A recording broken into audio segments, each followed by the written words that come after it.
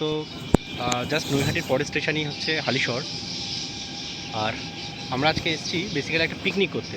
আমরা অফিস কলিগরা এসেছি এখানে একটা পিকনিক করতে। খুব সুন্দর জায়গাটা, আমি আপনাকে ঘুরে একবার দেখাবো।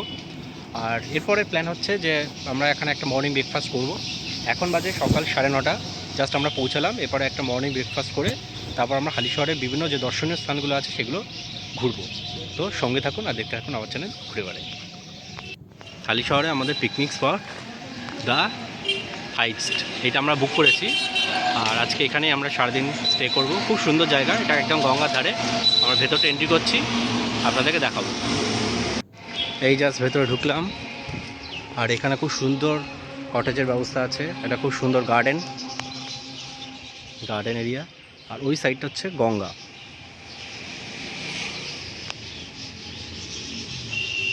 খুব সুন্দর।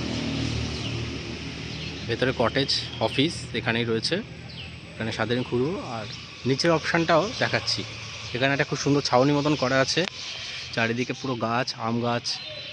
এটা খুব সুন্দর গার্ডেনারি। শীতকালে তো একদম পিকনিকের জন্য খুব ভালো জায়গা। আর এইবার আমরা যাচ্ছি গঙ্গার ধারটা দিয়ে নামলাম। আর এই হচ্ছে খুব সুন্দর প্লেস। বাহ!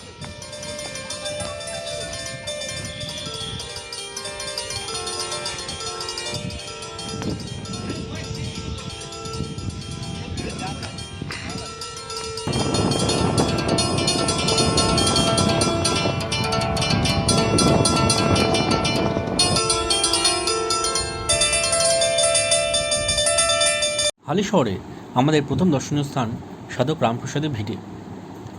হালিশহরে সাধক রামপ্রসাদ সেন 1718 বা 1723 থেকে 1775 ছিলেন অষ্টাদশ শতাব্দীর বিশিষ্ট শাক্ত কবি, যিনি দেবী কালীর আরাধনায় জীবন উৎসর্গ করেছিলেন।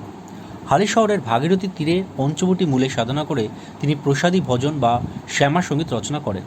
তার ভিটে ও সাধনপীঠে বর্তমানে একটি পবিত্র তীর্থস্থান, যেখানে প্রতিদিন অসংখ্য ভক্ত কালীপুজো ও সাধনার টানে আসে।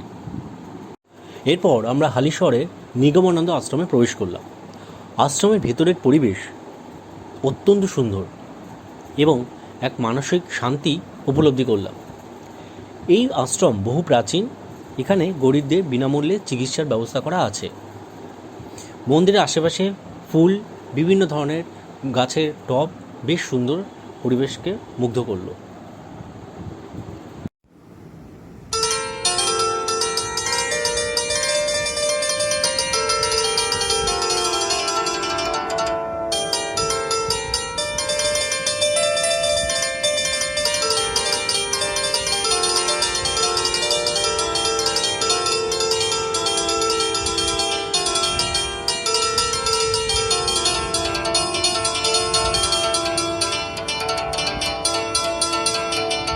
গুরুদেবের ভিটে দর্শন করবেন, তাকে প্রণাম করে আশীর্বাদ গ্রহণ করে বাকি যাত্রা করবেন।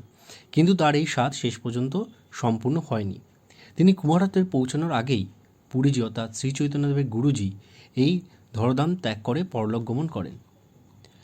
এই গুরুর কথা মনে করেই তিনি বুক ফাটা আর্তনাদ করে কান্নায় আশ্রে পড়েন এবং ভক্তিতে ভূমিতে মাথা ঠেকিয়ে প্রণাম করেন ও নিজের জীব ছোঁয়ান সেই পূর্ণভূমিতে এবং সেই মাটি খুঁড়ে তুলে নিয়ে কিছুটা উত্তরীয়তে বেঁধে নেন, যা দিয়ে পরবর্তীকালে তিনি প্রতিদিন কপালে তিলক আঁকতেন ও তা জীবে ছোঁয়াতেন। ইতিমধ্যেই শ্রী চৈতন্যদেবের আবির্ভাবের কথা শুনে বহু ভক্ত সেই জায়গায় জমা হতে থাকেন, শুধু একটিবার তার দর্শন লাভ করবেন বলে। কিন্তু তিনিও ততদিন গুরুজির শোক ভোলার জন্য সেই স্থান ত্যাগ করে পুরীধামে চলে যান।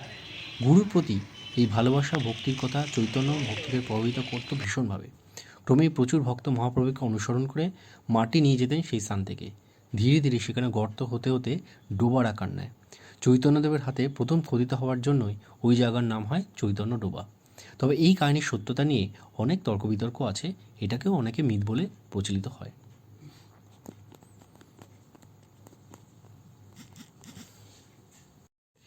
এরপর আমরা গেলাম রানী রাসমণি ঘাট নামে পরিচিত এই স্থান।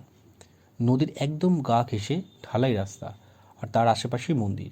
বর্ষার সময় নদীর দুকুল ছাপিয়ে ওঠে, জল উঠে আসে মন্দিরের গোড়া পর্যন্ত। সেই কারণে হয়তো মাতৃমূর্তি স্থাপন করা হয়েছে মন্দিরের দ্বিতল কক্ষে। নিচের তলটা অনেকটাই খোলামেলা রাখা হয়। সিঁড়ি দিয়ে ওপরে উঠলে মূল মন্দিরের গর্ভগৃহ, ভেতরে মা কালীর বিগ্রহ, কোষ্ঠী পাথরে গড়া মায়ের মুখ, দক্ষিণমুখী স্থাপিত মা এখানে দক্ষিণাকালী রূপে বিরাজিত।